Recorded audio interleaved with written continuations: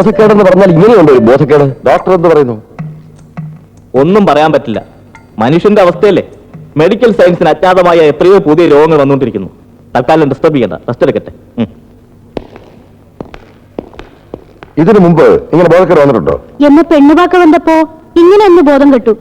പക്ഷെ അന്ന് 2 മണിക്കൂർ കഴിഞ്ഞപ്പോ ബോധം തെളിഞ്ഞു. വീട്ടിൽ വേറെ ആർക്കെങ്കിലും ഇതുപോലെ? ഇവരുടെ അപ്പാവൊക്കെ കൂടെ കൂടെ ബോധം പോകും. പക്ഷെ അത് മദ്യപാനം കഴിച്ചിട്ടാ. ഓക്കെ ഓക്കെ, ബോധം തെളിഞ്ഞാൽ ഉടനെ എന്നെ വിവരം അറിയിക്കണം. അറിയിക്കാം സാർ.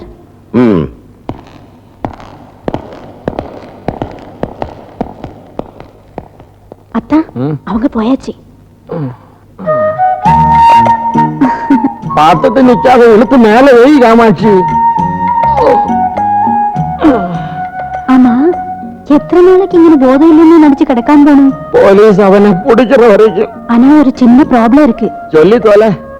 ഡോക്ടർ ചൊല്ലിയാച്ചി പേപ്പട്ടി കടിച്ചാ കൂടെ இந்த மாதிரி ബോധക്കേട് വരുമെന്ന്. அது நிஜமாவே போதம் கிடும். ஆமா, நீ எதுக்கு பேப்பட்டியை என்னையும் கனெக்ட் பண்ற? உங்களோட வயிற்றுல பொக்குள்ள ചുറ്റും 14 ഇഞ്ചക്ഷൻ போடணும்னு டாக்டர் പറഞ്ഞു. പൊക്കിള കടവുളെ എന്നോട് പൊക്ക്.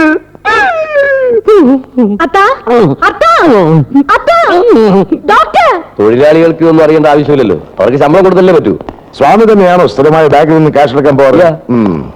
ഇത് രണ്ടുപേരും കൂടിയുള്ള ഒരു ഒത്തുകളിയാണെന്ന എന്റെ ബലമായ വിശ്വാസം. ഒരുത്തൻ തട്ടിപ്പറിച്ചൊന്ന് ഓടുക, അവനെ പിടിക്കാനെന്ന മട്ടിൽ മറ്റവൻ പിറകെ ഓടുക. അവരിൽ ഒരുത്തൻ ഞങ്ങളുടെ ലിസ്റ്റിൽ നേരത്തെ ഉള്ളവനാ. അവനെ ലാക്കാക്കിയാണ് ഞങ്ങളുടെ നീക്കം.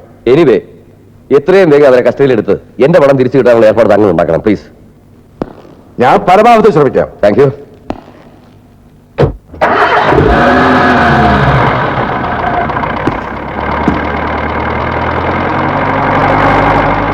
മുതലാളിണ്ടോ? അകത്തുണ്ട്.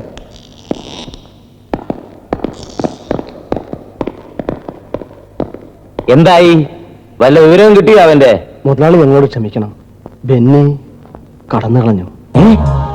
അപ്പൊ എന്റെ സ്വർണം അതും കൊണ്ടാ പോയത്. വേറൊരുത്തനെയും കൂടെ അവർ കൂട്ടുകിട്ടിട്ടുണ്ട്. 2 പേരും ചേർന്ന് ഒത്തു കളിച്ച് പെട്ടിയും കൊണ്ട് കടന്നു കളഞ്ഞു. എവിടുന്ന അവന്മാര് സ്വർണം പൊക്കിയത്? ലോക്കറിൽ നിന്നാവാനേ വഴിയുള്ളൂ. നാട് വിടുന്നതിന് മുമ്പ് അവരെ പിടിച്ച് എന്റെ മുമ്പിൽ കൊണ്ടുവന്നില്ലെങ്കിൽ എല്ലാത്തിനും കൊന്നുകളയും ഞാൻ. എന്റെ ദൈവമേ! എന്താണ്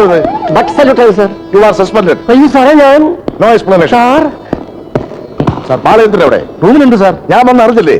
എന്തോന്ന് പുഴുകത്തില്ലേ ആളകത്ത്? വ്യക്തമായിട്ട് അറിയില്ല സാർ.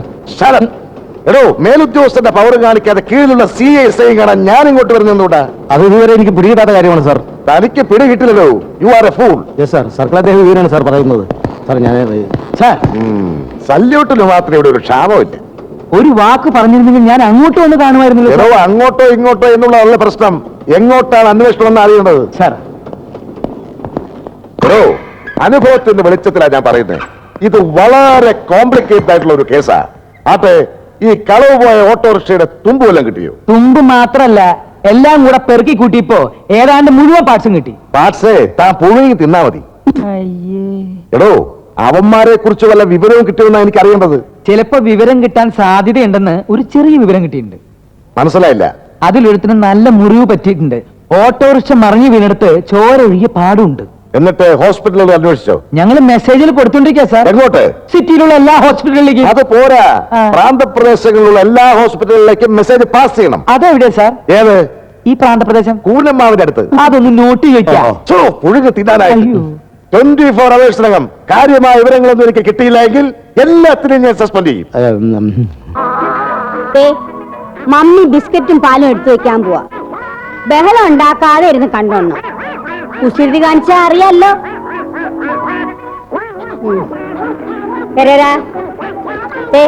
ഇവരെ ഉപദ്രവിക്കരുത്, മര്യാദക്ക് ഇരുന്നോണം. ബോംബെയിൽ വെച്ച് ഡഗ്ലസിന്റെ അടുത്ത് കാണിച്ച തെമ്മാടിത്തനം എന്റെ അടുത്ത് കാണിച്ചാലുണ്ടല്ലോ.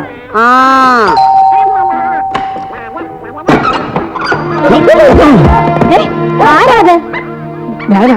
ഞാനെന്ന് വെച്ചാ ആന്റി, ഞാൻ ജോസി പെരേര. ജോസി പെരേര? ആന്റി, ഞാൻ ഇവിടെ താമസിക്കുന്ന പെരേര. ഇതെന്റെ ഫ്രണ്ടാ ബെന്നി. ഒന്നുമില്ല. ചെറിയൊരു ആക്സിഡന്റ്. ആരെങ്കിലും കല്ലെടുത്തെറിഞ്ഞോ? ഏയ് കടിപിടി കുടിക്കാണല്ലേ? അല്ല, വീണ് മുറിഞ്ഞത് ആന്റി.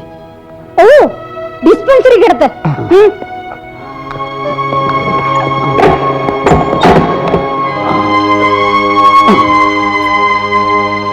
പെയിൻ എങ്ങനെയുണ്ട്?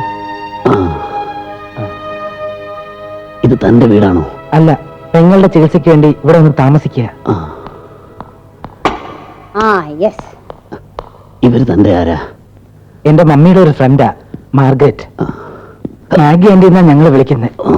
ഹസ്ബൻഡ് മരിച്ചുപോയി, മക്കളില്ല. അവരുടെ മക്കളെന്ന് പറയുന്നത് ഇവിടെയുള്ള പട്ടികളും പൂച്ചകളും ഒക്കെയാ.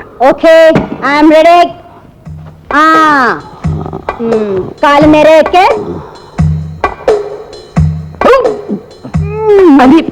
ഹാർട്ടും ലങ്സും എങ്ങനെയുണ്ടെന്ന് നോക്കിയതാ, പേടിക്കാനില്ല. Very strong.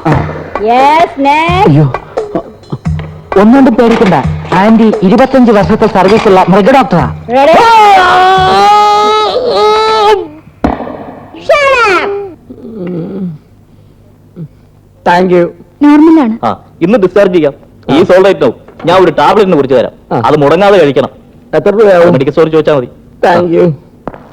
മിസ്റ്റർ അനന്തകൃഷ്ണൻ, ഞാൻ നിങ്ങൾക്ക് ചിലരുടെ ഫോട്ടോഗ്രാഫ്സ് കാണിച്ചു തരാം. അതിലാരാണ് നിങ്ങളുടെ പണം തട്ടിക്കൊണ്ടു പോയത് എന്ന് പറയണം.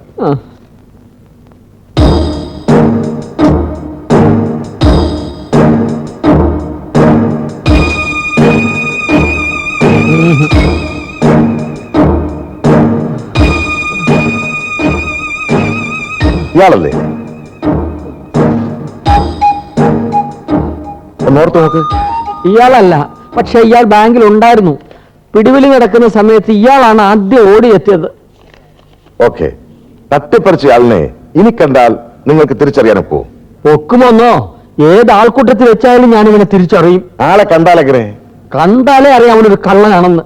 ചുരുണ്ട മുടിയും ഉണ്ട കണ്ണും. എന്ത് പ്രായം തോന്നിക്കും? എന്ത് പറയാൻ തോന്നിക്കാൻ? Answer to the question. ഒരു 25 വയസ്സിനപ്പുറത്തുണ്ടാവില്ല. ഓക്കെ, നിങ്ങൾ തൽക്കാലം റെസ്റ്റ് ചെയ്യും. ആ. നമുക്ക് വീണ്ടും കാണേണ്ടി വരും. കൃഷ്ണൻ, നിങ്ങൾ നാളെ അത്യാവശ്യമായി ഓഫീസിൽ വരണം. എനിക്ക് കോൺഫിഡൻഷ്യലായി ചിലത് സംസാരിക്കാനുണ്ട്. സോറി സർ, കാശ് തട്ടിപ്പറിക്കുമെന്ന് അറിഞ്ഞില്ലെങ്കിൽ സത്യമായിട്ട് ഞാൻ ആ സമയത്ത് ബാങ്കിൽ നിന്ന് പുറത്തിറങ്ങില്ലായിരുന്നു. Don't be stupid. നമുക്ക് ഓഫീസിൽ വന്നിട്ട് നേരിട്ട് സംസാരിക്കാം. രക്ഷിക്കണേ. നിന്നെ അല്ലടി എന്നെ. ആ പണം തട്ടിപ്പറിച്ചവന്റെ പേഴ്സിൽ നിന്നും കിട്ടിയ ഫോട്ടോയിലെ പെൺകുട്ടിയെ കുറിച്ച് ഞങ്ങൾ അന്വേഷിച്ചുകൊണ്ടിരിക്കുകയാണ്. 24 മണിക്കൂറിനകം. പ്ലീസ്, ഈ 24 മണിക്കൂറിന്റെ കണക്ക് ഇനിയെങ്കിലും നിർത്താമോ? താങ്കൾ ഒന്ന് മനസ്സിലാക്കണം, പരിമിതമായ സൗകര്യങ്ങൾ വെച്ചുകൊണ്ടാണ് ഞങ്ങൾ ഈ അന്വേഷണങ്ങളൊക്കെ നടത്തുന്നത്. സത്യം പറഞ്ഞാൽ അത്യാവശ്യത്തിന് സ്റ്റാർട്ടാകുന്ന ഒരു ജീപ്പ് പോലും ഞങ്ങൾക്കില്ല. ഇതൊക്കെയാണെങ്കിലും ഞാൻ ഉറപ്പു തരുന്നു, ആ പെൺകുട്ടിയെ കുറിച്ചുള്ള എന്തെങ്കിലും വിവരം കിട്ടിയാൽ ഏറെ താമസിയാതെ തന്നെ ഞങ്ങൾ അവരെ കസ്റ്റഡിയിൽ എടുത്തിരിക്കും.